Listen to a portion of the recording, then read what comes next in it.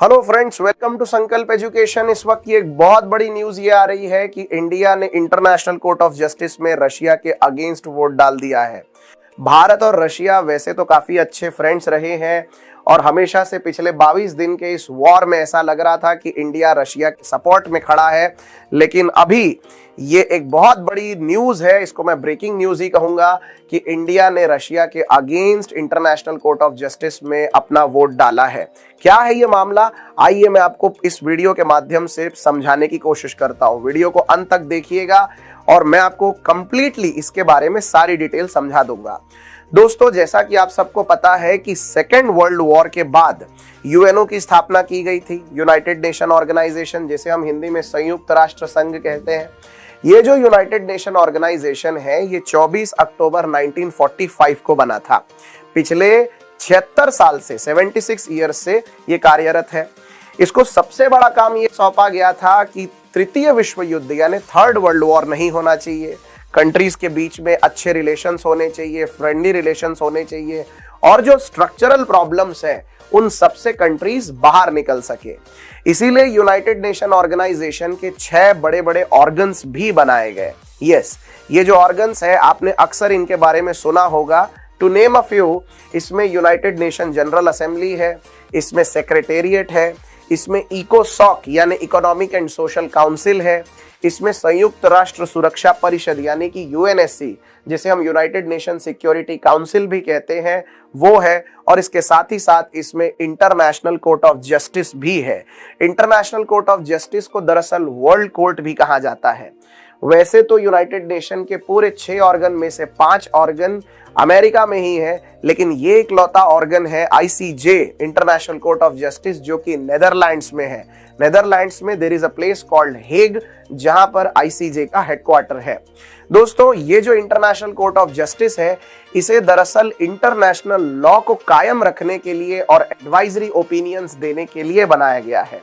दुनिया में जब भी देशों में आपस में कोई भी मतभेद हो तो इंटरनेशनल कोर्ट ऑफ जस्टिस के थ्रू डिसीजन लेकर उस पर अमल किया जा सकता है। इंटरनेशनल कोर्ट ऑफ जस्टिस में कुल मिलाकर इस समय जजेस की संख्या 15 है और एक जज का कार्यकाल जो होता है वो 9 साल का होता है।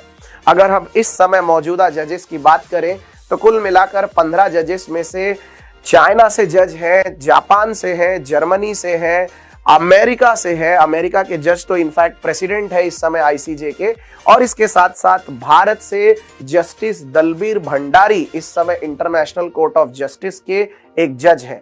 जस्टिस दलबीर भंडारी को दरअसल 2017 में इलेक्ट कर लिया गया था इस पोजीशन के लिए, और उसके बाद अभी ये लगभग 2027 तक इस पोजीशन पर कार्यरत रहेंगे। अब इंटरनेशनल कोर्ट ऑफ जस्टिस ने अपना जो पहला फैसला है ये उन्होंने 22 मई 1947 को सुनाया था, और वहां से इंटरनेशनल कोर्ट ऑफ जस्टिस ने अलग अलग मामलों में अपनी डिसीजंस दिए हैं।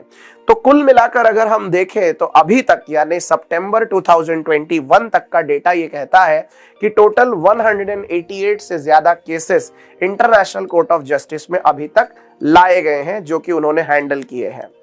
अभी जो मामला हमारे सामने है वो है रशिया और यूक्रेन के वॉर का। तो अब इस मैटर को जरा समझने की कोशिश करते हैं कि आखिर हुआ क्या है। जैसा कि दोस्तों आप सबको पता है कि 23 फरवरी से रशिया और यूक्रेन के बीच में वॉर शुरू हो गया।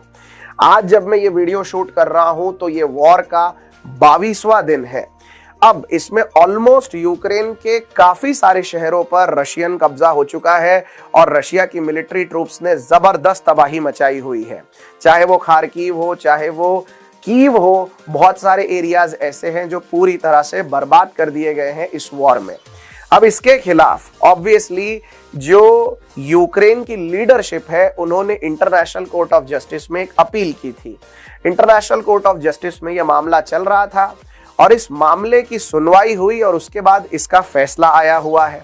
अब ये जो फैसला आया है इसमें कुल मिला के 15 जजेस ने अपना वोट दिया है।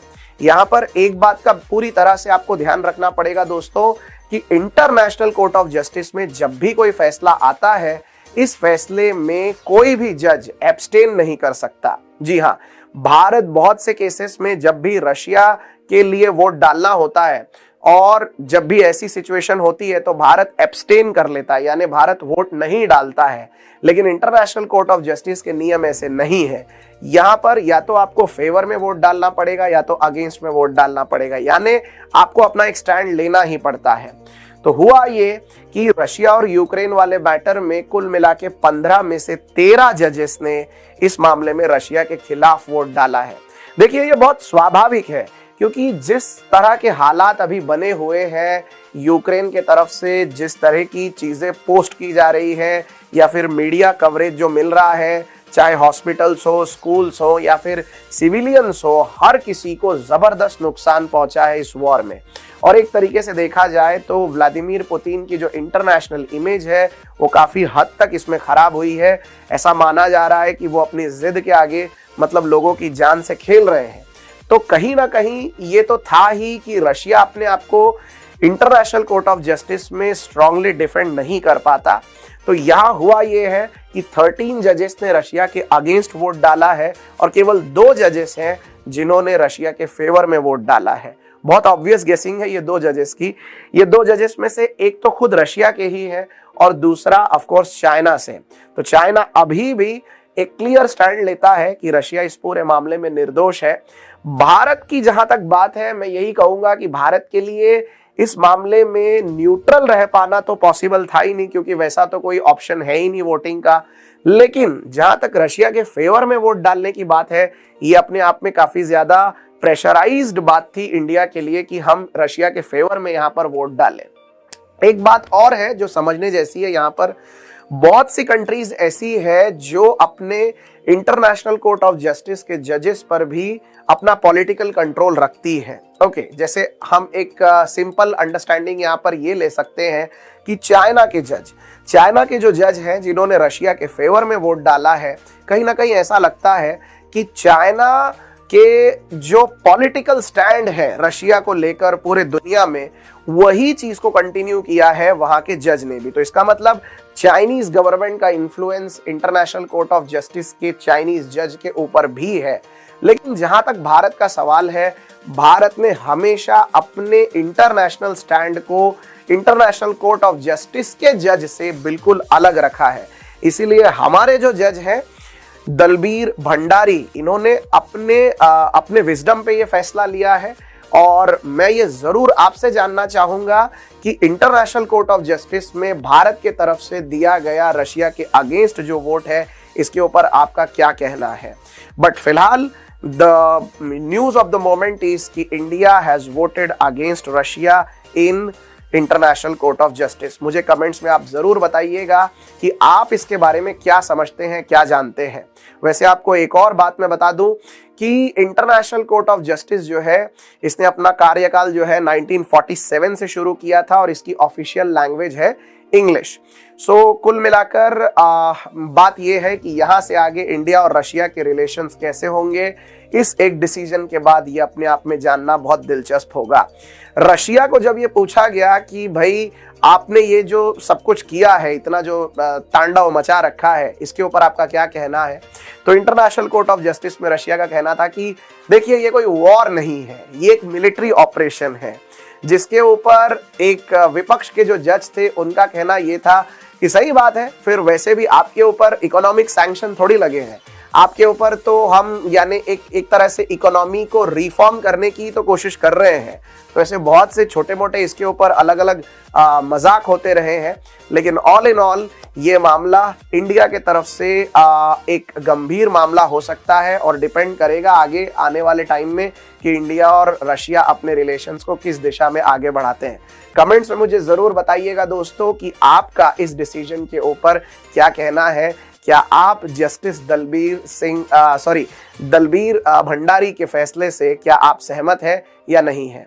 So thank you so much दोस्तों। उम्मीद करता हूं कि इस छोटे से वीडियो में आपको एक सटीक जानकारी मिल पाई है। वीडियो को अंत तक देखने के लिए आप सबका बहुत बहुत धन्यवाद। And as always take care, God bless you all and bye bye.